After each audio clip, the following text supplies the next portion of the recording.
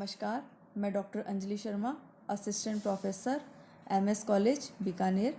आज की क्लास में हम टाइप्स ऑफ यार्न्स अर्थात धागों के प्रकार को समझेंगे। धागे मुख्यतः दो प्रकार के होते हैं, सिंपल यार्न अर्थात साधारण धागे तथा कॉम्प्लेक्स यार्न अर्थात मिश्रित धागे। साधारण धागे वे होते हैं जो एक ही प्रकार के एक ही वर्ग के रेशे से बनाए जाते हैं। इसमें अन्य वर्ग के रेशे मिश्रित नहीं किए जाते हैं। धागे की संपूर्ण लंबाई में एक समान व्यास रहता है तथा इनकी रचना नियमित रहती है। धागे में प्रति इंच ऐंठन की दर एक समान तथा एक ही दिशा में होती है। साधारण धागे भी कई प्रकार के होते हैं। सबसे पहले है एकहरा धागा, दूसरा है दोहरा धागा, तीसरा है बहुरेशीय धागा तथा चौथा है केबल या कॉर्ड यार्न। एक रेशीय धागा या एकहरा धागा, इस प्रकार के धागे में एक ही रेशे को काटकर बटकर व ऐंठन देकर धागा तैयार किया जाता है। इसमें ऐंठन दी भी जाती है और कभी कभी बिल्कुल भी नहीं दी जाती है। मानवकृत कृत्रिम रेशा बिल्कुल महीन पतला एक लंबा रेशा ही धागा कहलाता है।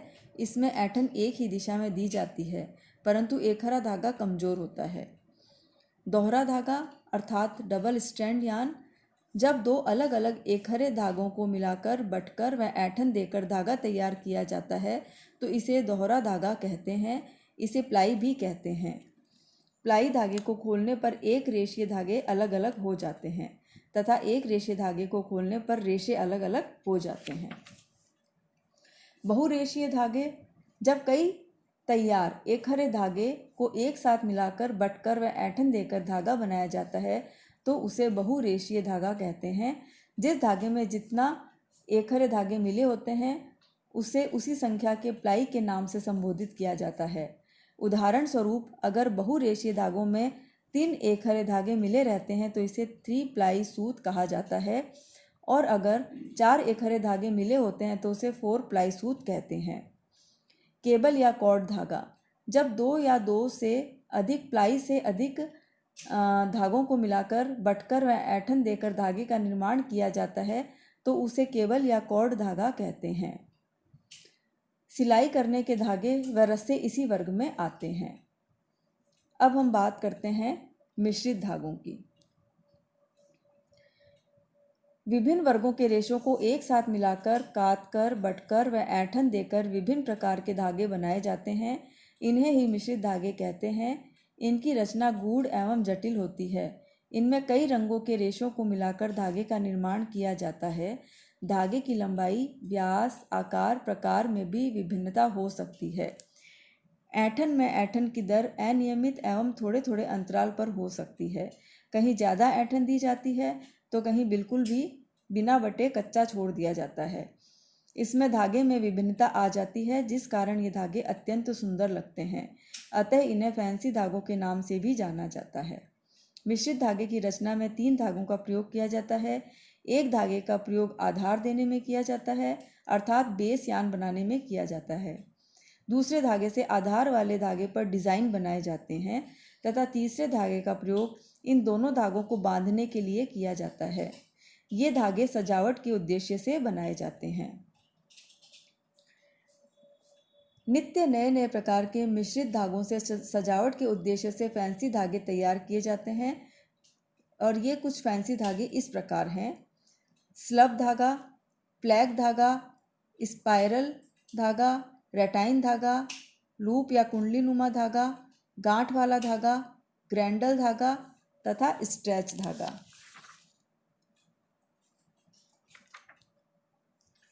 स्लब धागा अर्थात स्लब यार्न, इस प्रकार के फैंसी धागे में निश्चित अंतराल पर ऐंठन दी जाती है। धागे में कहीं अधिक ऐंठन तो कहीं बिल्कुल ही बिना ऐंठन के यूं ही छोड़ दिया जाता है। शेष स्थानों पर कसकर ऐंठन दी जाती है। कभी कभी ऐंठन की दर में भी भिन्नता रखी जाती है। इससे धागे में कसाव कम या अधिक हो जाता है।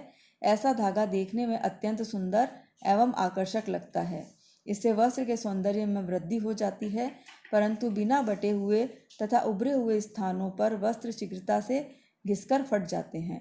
धुलाई के दौरान भी इन्हें बिना बटे स्थानों पर घिसावट का अत्यधिक प्रभाव पड़ता है, जिससे वे भद्दे दिखते हैं। अतः वस्त्र समय से पूर्व ही व्यर्थ हो जाता है। फ्लैग धागा। फ्लैग धागा भी स्लब धागे का ही रूपांतरित एवं संशोधित रूप है। इसमें एक धागा कम बटा हुआ अथवा बिना बटा हुआ रहता है। इसी बिना बटे धागे पर दूसरा कस कर बटा हुआ धागा लपेट दिया जाता है। यह धागा देखने में अत्यंत सुंदर एवं आकर्षक लगता है, परंतु निर्बल व कमजोर होता है, क्योंकि नीचे का बिना बटा धागा कमजोर होता है, जो घिसावट के दौरान शीघ्रता से टूट जाता है। स्पाइरल या कॉर्क स्क्रू धागा। 2 प्लाई या 2 से अधिक प्लाई वाले धागों को एक साथ मिलाकर इस प्रकार के धागे का निर्माण किया जाता है। इसमें धागे की व्यास, लंबाई एवं मोटाई में भिन्नता रहती है। इसमें भी एक धागा बिना ऐंठन का तथा दूसरा धागा अत्यधिक ऐंठन युक्त रहता है। बिना ऐंठन वाले धागे पर अत्यधिक ऐंठन युक्त धागा इतना कसकर लपेटा जाता है कि बिना ऐंठन वाला धागा दिखाई ही नहीं पड़ता। यह धागा भी देखने में अत्यंत सुंदर लगता है, परंतु लगातार प्रयोग से मोटे धागे के लहरदार घुमाव जो ऊपर की तरफ दिखाई देते हैं, घिसकर जल्दी ही फट जाते हैं। फलतः वस्त्र की टिकाऊपन एवं कार्य क्षमता कम हो जाती है। रैटाइन धागा। यह धागा काफ़ी प्रचलित है। वस्त्र उद्योगों में इसका अत्यधिक उपयोग किया जाता है। यह धागा भी स्पाइरल धागे का ही रूपांतरित एवं संशोधित रूप है। इसकी बटाई भी स्पाइरल धागे के ही समान होती है।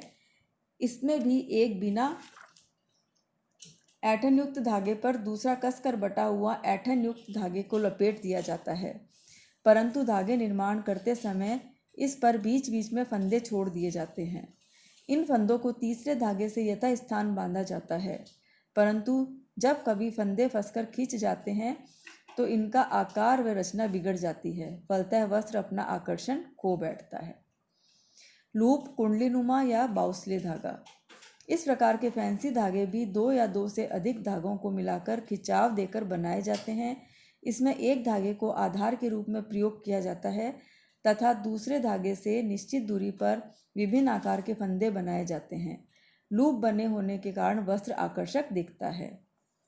गांठ वाला या धब्बे वाला धागा। इस प्रकार के धागे निर्माण में भी 2 धागों का प्रयोग किया जाता है। इसमें एक धागा आधार का काम करता है, दूसरे धागे को पहले धागे पर ही निश्चित अंतराल पर एक ही स्थान पर देर तक लपेटते जाते हैं, जिससे वहां गांठें होने का भ्रम होने लगता है। शेष स्थानों पर धागे को दूर दूर लपेटा जाता है। इन गांठों को विभिन्न रंगों के धागों से तथा विभिन्न आकार में बनाया जाता है। कभी कभी गांठें छोटी होने के कारण धब्बे का भ्रम देती है। कभी कभी इन पर तीसरा बांधने वाला धागा अर्थात बंधक यान का भी प्रयोग किया जाता है। ग्राइंडल धागा। जब 2 या 2 से अधिक रंगों के धागों को एक साथ मिलाकर, बटकर व ऐंठन देकर धागा तैयार किया जाता है तो इसे ग्राइंडल धागा कहते हैं। स्ट्रेच धागा। स्ट्रेच धागे कृत्रिम विधि से तैयार किए जाते हैं। इन धागों में विशेषता होती है कि खींचने पर ये धागे फैल जाते हैं तथा छोड़ देने पर पुनः ये शीघ्रता से अपनी पूर्वाकृति को प्राप्त कर लेते हैं। ये धागे ताप सुनम्य होते हैं। एक निश्चित तापक्रम पर इनके रूप, आकार, स्थिति एवं आकृति को निर्धारित कर दिया जाता है। इस निश्चित तापक्रम पर वस्त्र को धोने, रगड़ने, सुखाने, लटकाने, फैलाने आदि से कोई हानिकारक प्रभाव नहीं पड़ता है, परंतु इससे अत्यधिक तापक्रम पर धागे पिघल जाते हैं व इनका आकार बिगड़ जाता है। ऐसे धागों को रासायनिक विधियों से संश्लेषित करके बनाए जाते हैं, अतः इन्हें संश्लेषित धागा भी कहते हैं। बनावटी या टेक्सचर्ड धागा। बनावटी धागा या टेक्सचर्ड धागा स्ट्रेच धागे का ही उन्नत एवं संशोधित रूप है। उसमें उत्तम गुणात्मकता लाई जाती है जो साधारण फिलामेंट में नहीं होती। यह प्राय नायलॉन के धागे से बनाया जाता है। नायलॉन के धागे ताप सुनम्य होते हैं। ये रेशम के समान चमकदार, सुंदर, बारीक एवं स्पर्श में चिकने एवं मुलायम होते हैं, परंतु अन्य उपयोगी गुणों में यह रेशम से भी अधिक श्रेष्ठ व बेहतर होते हैं। इनमें प्रत्यास्थता, लचीलापन, मजबूती, प्रतिस्कंदता आदि का अनोखा गुण विद्यमान होता है। इनकी कार्यक्षमता अद्वितीय होती है, परंतु इनमें आरामदायकता एवं अवशोषकता का अभाव पाया जाता है। टेक्सचर्ड धागे को 3 प्रकार से विभाजित किया जा सकता है। बनावटी सतह वाला धागा, खींचा जाने वाला धागा तथा वृहद बनावटी धागा। सबसे पहले हम बात करते हैं बनावटी सतह वाला धागा अर्थात टेक्सचर्ड सरफेस सेट यार्न्स। वस्त्र में सौंदर्य एवं आकर्षण लाने के लिए वस्त्र की सतह को हीट सेट के द्वारा विभिन्न आकारों एवं आकृतियों में स्थिर कर दिया जाता है। एसीटेट रेयॉन एवं पॉलिएस्टर पर यह प्रक्रिया की जाती है। दूसरा है खींचा जाने वाले धागा अर्थात स्ट्रेच टाइप यार्न। इस प्रकार के धागे में भार एवं खिंचाव दोनों ही होते हैं। इनसे हौजरी, स्वेटर, दस्ताने, मोजे आदि बनाए जाते हैं। इनसे फ्री साइज के वस्त्र भी बनाए जाते हैं। खींचा जाने वाला धागा भी दो प्रकार का हो सकता है। घुंघराले धागे अर्थात कर्ल टाइप। इस प्रकार के धागे बनाने के लिए साधारण फिलामेंट को गर्म अवस्था में ही तेज चाकू की धार पर से होकर गुजारा जाता है, जिससे धागे का एक भाग चपटा व दूसरा भाग घुंघराला बन जाता है। तत्पश्चात धागे को ठंडा कर लिया जाता है। ऐसे धागों का अधिकतर उपयोग हौजरी वस्त्र बनाने में किया जाता है। दूसरा है कॉयल टाइप अर्थात कुंडलीदार धागे। इस प्रकार के धागे का निर्माण नकली ऐंठन व ताप द्वारा किया जाता है। ताप से धागे कुंडलीनुमा बन जाते हैं। अब हम बात करते हैं वृहद बनावटी धागा। वृहद बनावटी धागे वे फिलामेंट होते हैं जिनका भार प्रति इकाई लंबाई में अधिक किया गया हो। वृहद बनावटी धागे भी दो प्रकार के हो सकते हैं। क्रिम्प धागे। क्रिम्प धागे के निर्माण हेतु फिलामेंट को क्रिम्प बॉक्स में से दबाकर गुजारा जाता है। इस बॉक्स में आरी के समान दांते लगे होते हैं। इन दांतों में फंसकर व खिंचकर धागे क्रिम्प का रूप धारण कर लेते हैं।